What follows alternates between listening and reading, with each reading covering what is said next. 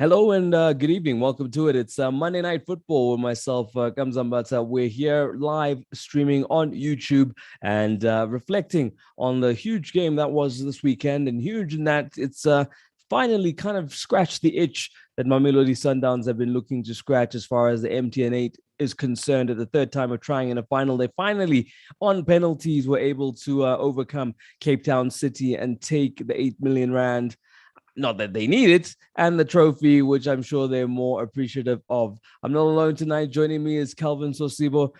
Kelvin, you and I are in the trenches this evening. Man flus, dead signals, so many things as far as the rest of the compadres. But thank you for joining me. Thank you for having me, Kamza. We just preparing for a good show to have tonight. You and I again. You and I again. You clearly have nothing planned on Mondays. You've just got like Monday Night Football holding in your calendar. For sure. I even canceled the training sessions that I had with the guys just to leave this one out. Oh my goodness, jeez. So there's a lack of development happening because of us. Is that what you're saying?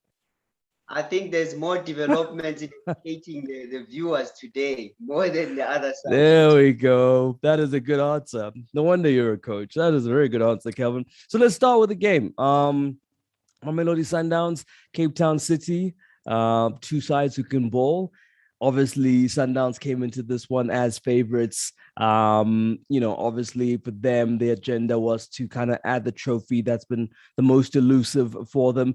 And on the other side, Cape Town City, this final is what they've been holding on to so far as the season's concerned, because the results have been a mixed bag, but they were holding on to the fact that they were in a final.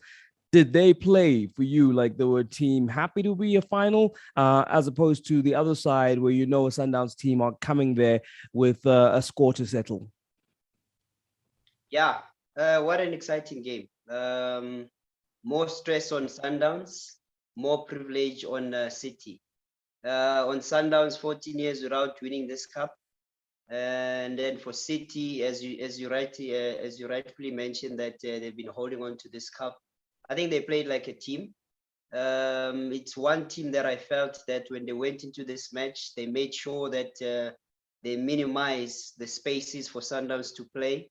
It's one team that cut the passing lanes for them, made it difficult, made Sundowns to be uncomfortable. As I said last week, that Sundowns are not going to try to go full throttle at City because they know what they possess.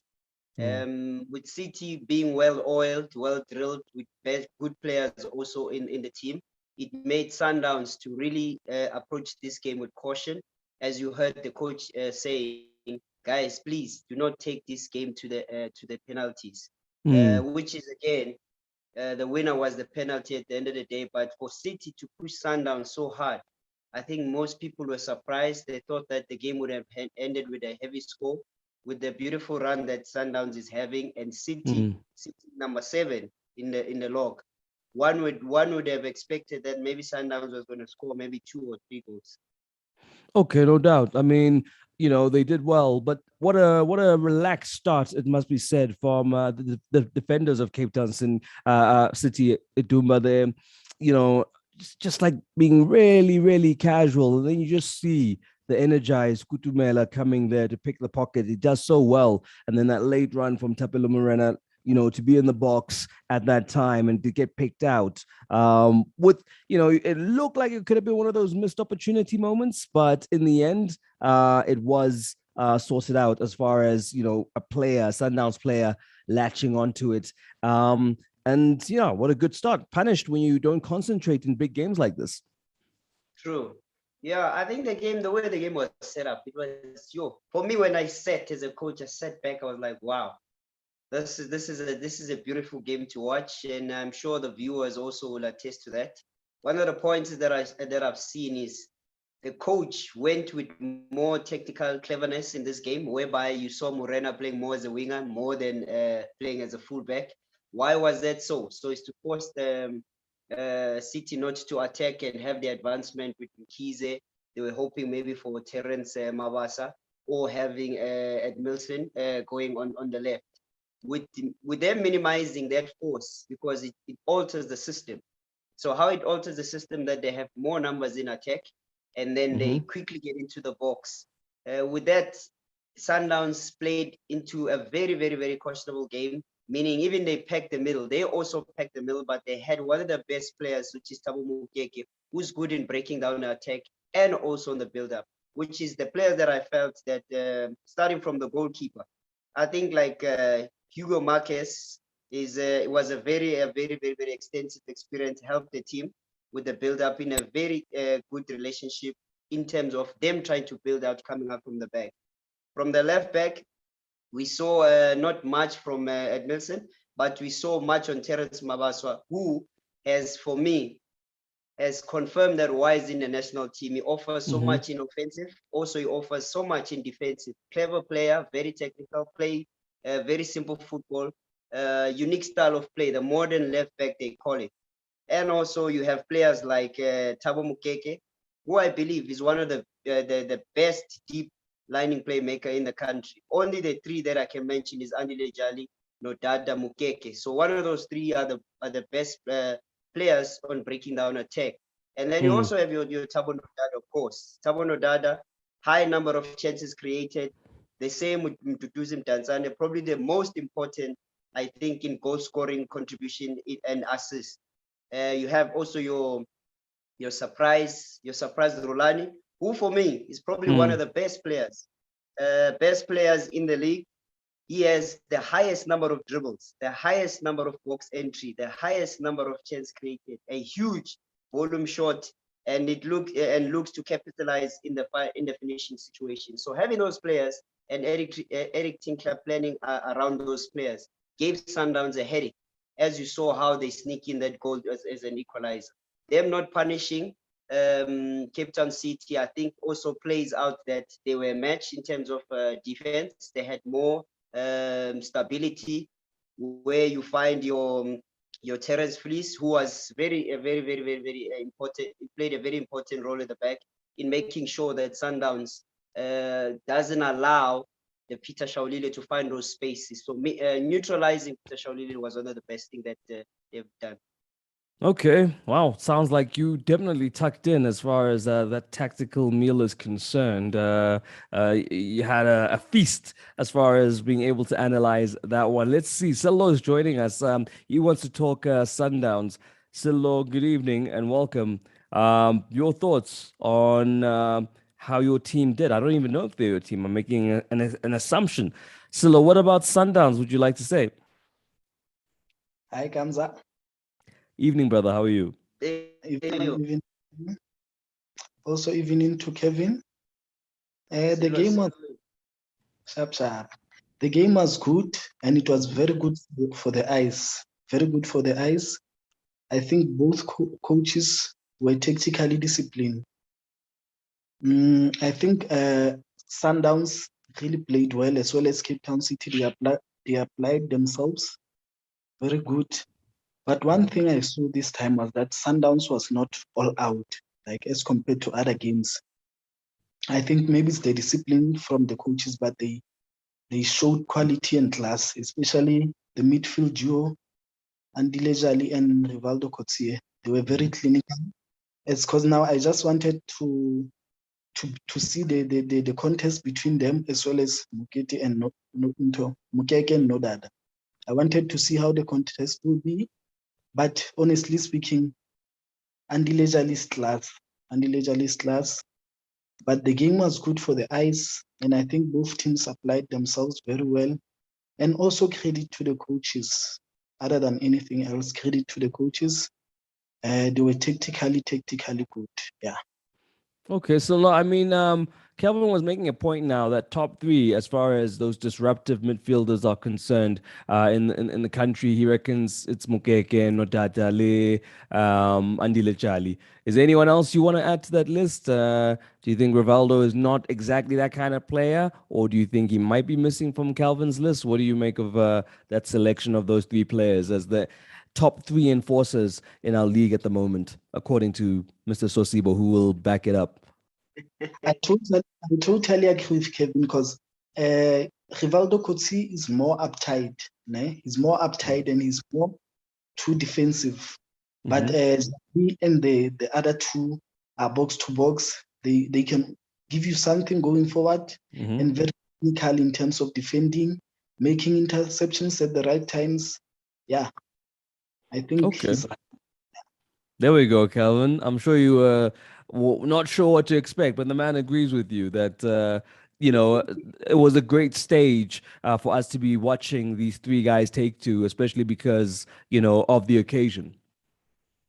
Yeah, for sure. I think he nailed it as well. I think, yeah, he highlighted one of the points that I was going to make in terms of Rivaldo. Rivaldo, yes, he's more comfortable having a backup. If you're playing with double pivot, and he's the one that it becomes an orchestra, who's the one that dishes the passes, find those final, break those lines with the ball, and having those little advancements in the box, wanting to collect the ball, restart play. So he's one of those players. But compared to Mdantsane, Nodad, and Mukeke, those are different. Those are two different players who likes to venture forward, who likes to fashion something from their abilities by going forward defensively, break down attack, give the team balance, give the team the balance in the middle, offer shape, and also good passers of the ball, reads the game well, very technical sound. So I think with that being added on, it qualifies those players to have them with one of the best. As you saw how Andy Lejali has been breaking down play, cool on the ball, help defensively, works, narrows the lines in the middle. Hardly where you find a team will attack freely when they're playing against Sundowns in the middle. Why? Because of the setting. When you're having a person of that stature who's very disciplined in the middle, offers that one touch, two touch, he understands now as he grows in the game that you don't need many touches for you to damage players. Just 1-2 touches and reserve your energy and add more value in the team than trying to run all over the show. So for me, I think as developing his game, he has matured, he has sharpened his skill, he has understand his ability, and also he's saving his energy. That's why now he lasts easy for 90 minutes compared to before where he was a box-to-box player. Okay, and then Silo, in terms of your schedule for November, Maritzburg United, Marmara Gallants, Cape Town City again on the 20th. There's Super Sport in the mix, Skukune. What do you make of that? I mean, that's what, 5 fixtures I think I mentioned. How many points are you getting from that fixture list in your mind, realistically? I know 15 is probably going to come out your mouth first thing, but realistically, what would you be happy with? Actually, Kamza has been wrong all the time. Every time I'm here, he's always saying I'm a Sundowns fan. And actually, that's there we go. I said that. I think you were still connecting when I said I'm not even sure if you are, but you were picking up on Sundowns. Who's your team? my teams are Chiefs. No, your team's Chiefs. Okay. I actually love analyzing the way Sundowns plays because I think it's the way other teams should be playing as well as the national team. So hence, I like commenting Okay, so they're the model for you. They are the prototype. the signature. Yeah. Okay, no, I can appreciate that. That as a fan of another team, a supporter of another team, you just look at the work they're doing and tip their hat off because that's exactly what we do here on Mondays. Let's talk about your team very quickly then. Well, there seems to be a slight turnaround in fortunes. Are you happy with the progress you guys have made? I just want to get the thoughts of a Chiefs fan before we go and move forward with the show as to the most recent results. Is it looking more and more like the team you know? Honestly, a team is just by results, but in terms of the play, I'm not fully satisfied because let's say, for example, for a minute, Keegan Dole is on injury. Who will provide that creativity? Like if it happens, Keegan Dole is on injury, who provide the creativity and link up passes with the other players up front? That's my worry. But in terms of the overall performance of the team, I can give them something, especially defense. The defense, I think they are trying. They are not actually where I want them to be, but I think they are trying. I would also like to see Dube and Ngcobo playing together, like as the two center backs instead of Ngcobo being in the midfield. Also, also to respond to your question, because Ace Chiefs, also to respond to your question regarding Sundowns in the next 5 games. I think Sundowns in those 9 games, they are going to collect around 10 points. I think I will see a draw and also 9 points as well, and a lose. Yeah. You think they're going to lose? Against think they- who? There's Cape Town City, Supersport United, Skukune, Gallants, Maritzburg United. Who do you think of those teams on their day can beat Sundowns? I believe Cape Town City will beat Sundowns. Revenge. Mm. They'll be Yeah. looking for revenge for the weekend. Yeah, it tends to happen sometimes that when two teams do play each other, in such a short space of time that it kind of is split down the middle. But with Sundowns, they are the one team that you think can make it a double, I guess, as far as the results are concerned. So let's see how it pans out. Silo, as far as your team is concerned, good luck. The derby is coming. Please let's be closer to the time to see how the form is looking and how you feeling going into that one, because it's going to be an interesting derby. I think both of the teams are finding their feet, but it'll be interesting because form does literally fly out the window with that game. Stilo, thank you so much for joining us, brother. Thank you. Nice evening. Thank you, brother. Same to you. There we go. It's very simple. When we have the room, you're more than welcome to join in the conversation as far as joining us on Zoom is concerned. So if you're watching on YouTube, the instructions are usually in the chat section as to how you can get in touch with us. Before we move on from the final, obviously we cannot ignore the fact that as much as, it was a battle, an equal one during additional time when it went and normal time when it went to the penalties. You always look at that man, and he's been so formative in recent weeks for Mamelodi Sundowns, and his form and class now seem to be permanent. I'm of course speaking about Dennis Onyango. Kelvin, what did you make of his performance in the final? I mean, we can get into the stuff about him being on the line, off the line, but I don't think that's actually a player's problem. I think it's sometimes if the match officials aren't paying attention, that's their problem. Dennis Onyango did his job. Well, for me, what I've read to what he said, it was his son's birthday, so he said he's going out there to get him a trophy. Again, goes to jersey number 14. Jersey number 14 means what? Sundowns have not won this competition for 14 years.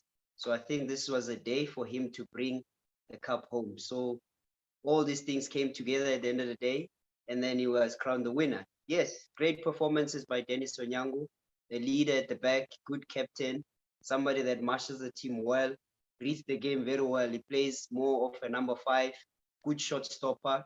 Not much of a ball starter at the back, but he's also good in terms of how Sundowns wants to build up their play and develop into an attacking phase. So he plays a very important role in the Sundowns team. And I think with him having so much competition in his disposal pushes him to not relax and be always on his toes and want to perform for Sundowns. You have the likes of Kennedy Mweni, Ria Peterson, God said, who are still there behind, who wants an opportunity. So for me, I think he has won all the trophies that are available in the PSL. So for me, it gives me a sense that this is one man that is never satisfied about the trophies, but always wants to don that badge and deliver for a team. He's leaving a legacy for himself, writing a very good history. That one day, even maybe if his daughter or son wants to play in football, whenever they call the name Dennis Onyango, the doors start opening because what he has done for his family and also for himself. So I good think you game. raised an interesting point, and I'm sorry, but I'm gonna have to go there. You speak about Dennis Onyango being able to do it at this age because he had the competition. We've had some goalkeepers kind of fall away and taper off from being number ones because some people believe there was a lack of competition. And here is Dennis, older than the keeper that I'm alluding to, winning more, still active. What went wrong? What went wrong, Kelvin? 34 years old versus 36-year-old. I think at the end of the day, I think it boils down to Yes, competition level, there was one of the best goalkeepers in the country. Good contribution to the national team. Set a standard in terms of what we should expect in the goalkeeper department when it comes to the country. Looking at how Egypt has done it, I think that's the same standard that maybe we're trying to get into. But again, I think one of the things that might have played a role in this, maybe lifestyle could be a factor also. And the injuries also that being picked up along the way, I think those are the ones that made sure that they put him away for a long time. And now people are starting to forget about it. Whether he's playing or not playing, nobody makes that noise now. Why isn't he playing? Nobody seems to be concerned. And you find a Dennis Onyango who is under an immense competition at Sundowns, where you find in the other way where Kune is being challenged by Akpe, best good goalkeeper, Bryce Vuma. And I think that's not as tough as Onyango's competition at this point. I think also what keeps him on his feet is he could be just Daniel Ekpe. If Daniel Ekpe is injured, that's a showcase that he's going to start. But for Dennis on the other side, if he's injured, you still have Kennedy Mweni, you still have Riet Peterson, you still have Goss. Those are the good goalkeepers, best goalkeepers that you have in the country. So for me, I think it's a motivational factor for Dennis Onyango to perform the way he's performing, because he knows he doesn't want to leave any no stone unturned, because once he slips up, he's gone. On the other side, with Kuna, I think he needs to really remodel his game, come back a better person, because they say with goalkeepers with age, you mature and you start being a better person. And I think we have seen Onyango, and Onyango has proven that his age, at this point, we are not looking at it that much, but we're looking in terms of what he can deliver. He has delivered for Sundowns more than maybe expected, and this is what we're expecting from Pune since when he started. His graph has dropped drastically. So for me, I think a change in him starts to motivate himself, get back into the game, because with goalkeeper, the older you get, the more you're matured. But looking at this point, he still has age, but he hasn't reached where he wants to be if we would compare the two, Dennis Onyango and. Okay, well, yeah, no, you're right. I mean, the argument or the worry is whether there's still time for Kune to maybe, ascend to that level. Some will say the ship has sailed, but who knows? I guess the player's mentality at the end of the day will be the main decider. Big ups to everybody who's tuned in. Elton Kuto saying, good evening, Kamza and Kabuyelo is my greeting. Pindulo Ramusunga has an interesting thought about the derby. We'll bring that up when we discuss that in a little moment's time. But the last thing I want to poke fun at here is obviously Benni McCarthy was in, the box. Yeah, Cape Town City. It's his neck of the woods. Amazulu, his team. It's in town. My old employers are in town. What's, no harm in me going to go watch the game. And if they happen to score, I'm happy for them, right? It's totally fine, surely. No, I think we'll look at it in a different way. One would say yes, it's his hometown. You cannot take a Cape Townian you cannot take the Cape Town to a Cape Townian. He went into the game, and then the only troubling part was him sitting with the directors there. Coming as a fan or as a coach or as a rival, it's fine to sit out there. But now when you're in a box of Cape Town City, it sends a mixed motions to the owners, also with the fans. So one would say no harm. Some would say that was a little bit unprofessional. We do understand that you are still employed. It's not like you're a free agent. You still have a club. So knowing very well that the team is from Cape Town, will understand you being present at the stadium. But goal gets scored and you celebrate. For me, I mean, he wasn't jumping up and down. You could just tell he was happy for them. And those are the people who invited him to the game. I'm sure Mr. Comitis was like, Benny, I'm in town. Come, let's hang out. Yeah, but don't hang out with them. Hang out somewhere else, because you're a coach. You're employed. It's not like you're a free agent. You get a team. No, but so exactly. That's why I don't think it's anything wrong. I mean, are you saying that as a professional coach, he can't go watch the Cape Town City team play at his old boss's? You know what I mean? It's like it doesn't take away anything from him being able to do his coaching duties for Amazulu. It does on players because some players, okay, say for instance now they play Cape Town City, Yeah. and then it happens that just after the final or the game that you went to go and watch, and then it Mm-hmm. happens that they lose. Just because Mm-hmm. why does he behave differently when he's playing a league match? He's always furious, wants to fight them and do all these bizarre things. Now, when they are playing another team, for me, I felt like he just wanted Sundowns to lose, and what a better way to assert himself with a team that is from his hometown, that he can go there and support and then as a coach, for me, I wouldn't celebrate when a team scores, even if they are from my hometown, when I'm still a coach, because it gives a different message to the bosses. For me, I know I can be happy, but distance myself because I'm still working, I'm employed. But if I'm not employed and I'm invited by my previous bosses, of course, maybe the window will be, maybe they still want me back. But at this point, Benny is contracted. He still has a job. That's interesting. Okay. I mean, I really don't think it's that big a deal. Maybe if you're watching on YouTube, you can let us know if your coach goes to his former team's game where they're in a final and just happens to be happy for them when they score. I honestly think that is the length and breadth of it, but it'll be interesting to get people's thoughts on it. Gamza, sorry, Yeah. Gamza. Just one day. It's the Mm, same with players. yeah. Pirates and Chiefs players, even if I've played for Pirates or I've played for Chiefs, when it's a derby, even if me going to sit with those guys, it doesn't really look good. Players don't do it, even though we But I know mean, each other in they, the they, personal they life. hang out and they're hugging and they're laughing and making jokes after Outside, the game. After the outside. game. No, after the Yes, game. outside. Yes, outside. But this was during the game. That's what I'm trying to say. During the game. Okay, I So don't know now about that somebody can. distinction, bruh. That's a flaky distinction. Oh, dude, if it's during the game, it's a so if Benny celebrated at the end of the game, it would have been fine. No, we didn't see him. For him, he's a coach. That's what I'm trying to emphasize. Maybe he He's was a just coach, there. and these Maybe he are was just previous. there as a football fan for the night, coming to watch a good final between two teams. Maybe it was as simple as that. So let's move on. Let's talk about the derby because it is coming up this weekend. And to the point of one of our viewers, Pindulo, saying, I'm not looking forward to this derby. Football wise, the two teams are currently very poor and they have regressed. Chiefs are currently getting results, which would probably give them an edge. Yeah.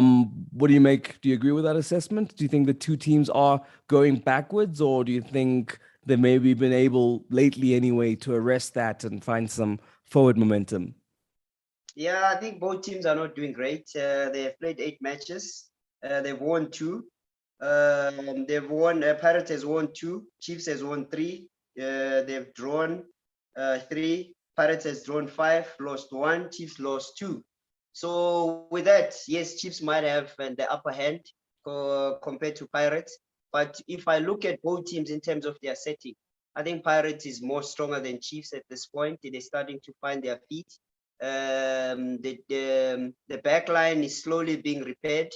The player that was bought seems to be fitting in perfectly well. We saw with the absence of Happy Jele, he made a difference. Even though it didn't show much that Happy Jele was out, the way now the player has positioned himself, has understood in terms of how Pirates play and the responsibilities and duties of that team. I even saw him attacking, being on set plays.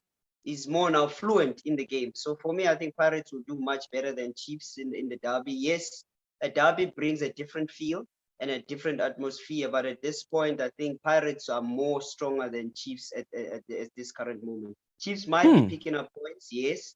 Mm-hmm. They might be slowly building up their confidence, but I think Pirates just need the momentum to get them going. Yeah, So so they're that's a bit further along in their development, Orlando Pirates. yes, yeah, Okay. Okay. I mean, I think that's a fair observation. And obviously, yeah. I mean, you're looking at the players like Nda. I mean, yeah, he looks quality, man. He looks quality, yeah, honestly. Like the guy just looks like he's skating. He's got the physique, he's got the temperament. Keeps it simple. Maybe a little too much, back to the keeper type ball sometimes, but I get it when the option's not on. You want maybe someone a bit more attack minded, but he seems like a good find. And I guess with the theme that we've been looking at of players keeping other players on their toes.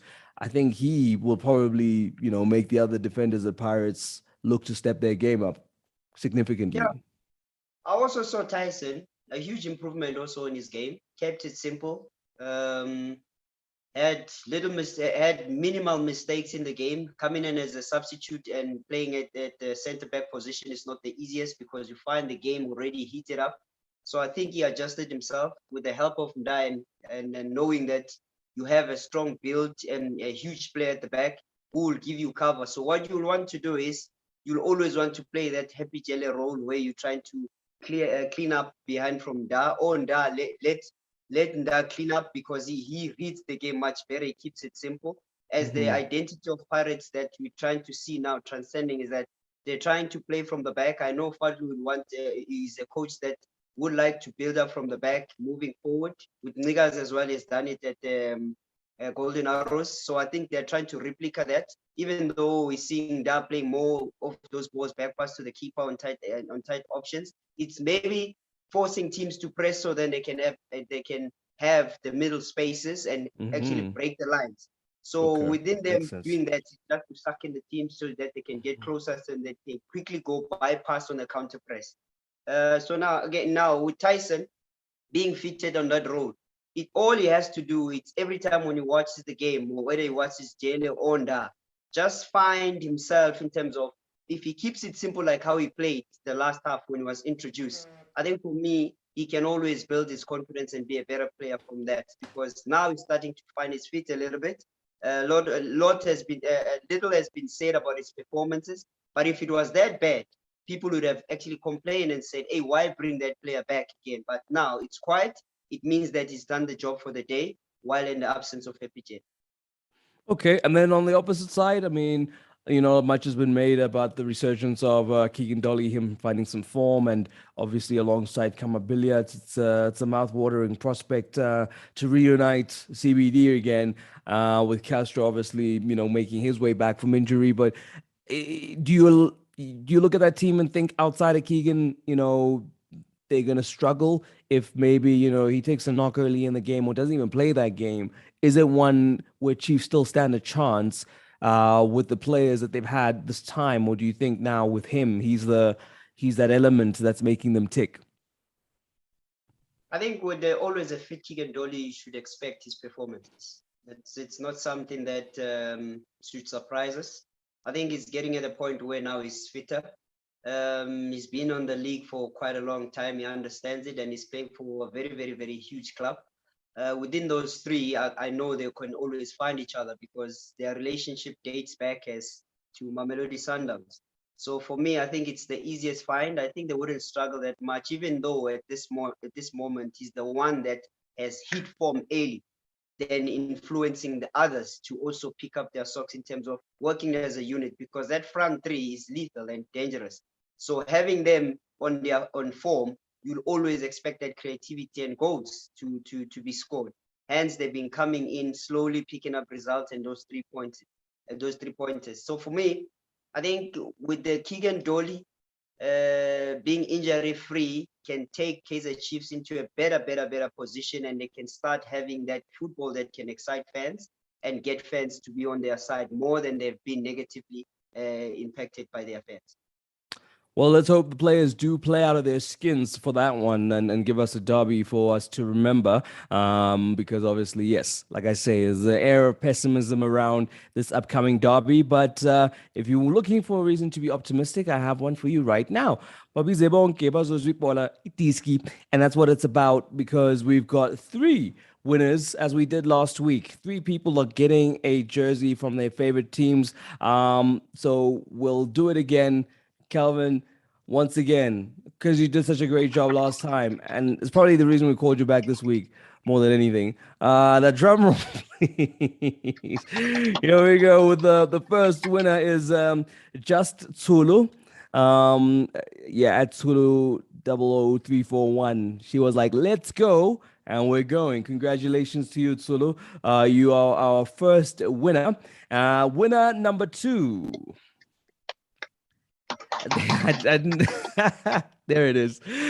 Simply Materi. I think it's Derek Muremi. So if at Derek Muremi is your name, then you are winner number two. Congratulations to you, courtesy of at Babize Bonke ZA. You are getting a jersey of your favorite team. And the last one for the evening, this person I think has gone at it more than once, but so Popile Manje Trinity at Viwe Wise. Okay, that's your Twitter handle. For the second time, let me try. They said, Babize Bonke, and you've won, sir. Congratulations to you, Trinity at Viwe Wise. Is your Twitter handle, and you are now a winner, courtesy of Frontrunner Sports and, of course, the DSTV Premiership and at Babize Bonke ZA. Just to clarify, I think we'll go one more week of that, huh? To go. Yeah. And then so yeah, keep doing it. It's very simple. You go to their profile at Babize Bonke ZA, you follow them, you take a photo of you following them, you tweet us and them, and then you go into the draw. It's as simple as that. He has a final thought here from Elton Kuto on the Soweto Derby topic. Baxter will come out on top. That man is on a mission, and Dolly will be able to unlock Pirates' defense easy unless they sub Jele for someone but Tyson. So there we go. I guess both camps are seeing positive signs, and I don't think anyone is going to say anything now to say that they're going to win the game. But let's see. That's the derby at the weekend. But midweek, there are also some fixtures. Golden Arrows in action against Swallows. TS Galaxy host Baroka. Royal AM taking on Supersport United. Chiefs in action against Stellies, and Pirates versus Sekukune. So the Derby teams obviously will have those warm-up games, in inverted commas, might I say, obviously official league games, but ahead of the Derby, obviously coaches trying to keep that out of the players' minds. Any of those other fixtures that really pique your interest? Royal AM against Supersport, for me, I think is an interesting proposition. What do you think, Kelvin? Yeah, I think Royal AM and Super Sport and Kaizer Chiefs and Stellies. Why that is I'm looking at a Super Sport that is high in form. Have played a sitting position 3. They've played 8 games, 4 wins, 3 draws, only 1 loss. So for me, that is interesting to see that with that young squad that they've built around Caetano, knowing very well that Caetano was skating on thin ice. Now I think he's got his gear on now. He has propelled the team into a better position. Now they're sailing. It's all about now having to be consistent and maintain the performance that they have. So far for me, I think it has been great. Just 1 loss, 3 draws. That's enough for me. And also looking at a team like Stellies. Stellies, I think they've done awesomely well. Also introduction of youngsters. They're sitting second. They've played 8 games, 4 wins, 4 draws, 0 losses. So this says a lot. I think Baka has developed a very, very, very exciting youngsters. Most of their goals that are scored by Musiamedi, Dupree, have been best contributors on those goal scoring opportunities. 90% of their goals come from those 3 with their speed that they use. And the cleverness of Musiamedi always being in the box. I think it has helped Baka to be in the position where he is. Play more enterprising football, quickness, speed, tactical, use their speed, play in front of defense, play behind defense, which is something that he has mastered at this point. Yeah, no, for sure. I mean, it's a very interesting setup as far as the table is concerned, because you have Kaizer Chiefs and Orlando Pirates sitting in 6th and 7th, and then above them are the likes of Kukuni. You got Royal AM, you got Supersport United, Stellenbosch sitting in 2nd place. Like you said, only 1 of 2 teams alongside Mamelodi Sundowns to still be unbeaten this season. So that is quite a record there, and one that is on the line and should make that quite a cracking encounter against the resurgent Kaizer Chiefs side, who will want to keep that upward trend going as far as the weekend's game is concerned. One eye on that one. And of course, Royal AM, also known as the former Bloemfontein Celtic side, still very effective, still very energized, and John Maduka always knows how to get a performance out of that play. So it'll be maybe a battle of the coaches, the unappreciated coaches, that one, in Royal AM and Supersport. 2 tacticians who do their job very, very well and maybe don't get all the plaudits in the world for it, Kelvin. I think the applause needs to go on the lock. Everybody needs to reflect to the lock how they've done. I think they deserve it. They need to be applauded. They put in a good shift within those players.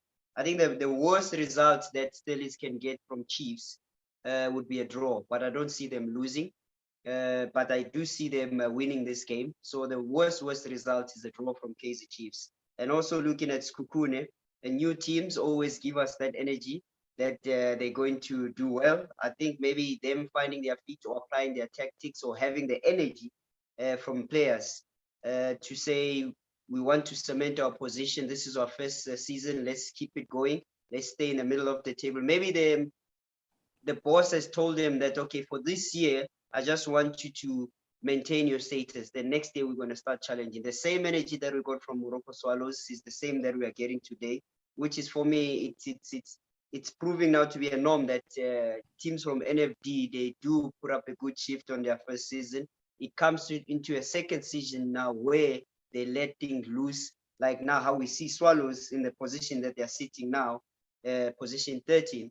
For me, looking at the log, it's quite disappointing to what they've shown us last season.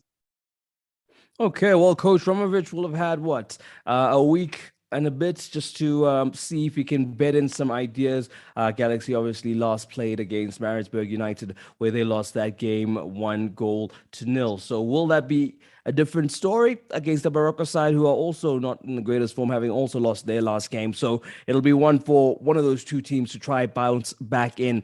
So there we have it, folks. Reflected on an MTN8 that saw Mamelodi Sundowns crowned champions of this year's edition after a penalty shootout where Dennis Onyango was the man of the moment and the big man in between the sticks, having saved 5 of the 7 penalties. Some controversy, but you know what? At the end of the day, it's not the player's job. We've always been saying the referees need help, and that means players getting off the line as well. They're going to need help with that as well, especially in clutch, critical situations, such as a penalty shootout in a final. That might just maybe be something where the powers that be have to think that they need the tools for such occasions. Calvin Sosibo, you've been great, sir. Your tactical analysis has been awesome. I want to go watch a game with you. Let me know when we go watch a game. I want to see how you watch games. Because I assume there's a big, those black heart choir books, and you're sitting there with it on the lap. It's almost your size, and you're writing with a quill. Thumbs up. We are working on iPads now. We are working on iPads now. There we go. The future is here. The future is here. Nice one, brother. Thank you so much all for your thoughts and impressions, as always. Big ups to Fidel behind the scenes, and to everybody who joined us on YouTube. And if you're catching this later, we do always appreciate you. Be sure to subscribe and also follow us on our socials to be kept up to date to all things local football. For myself, Gamumbata, until we meet again in a week's time, Calvin Sosibo, what do you have to say? Thank you very much, guys, for supporting the channel. Keep on subscribing. We are back again to give you the best. Freestyler. Love it. We'll catch you next week, guys. Good night.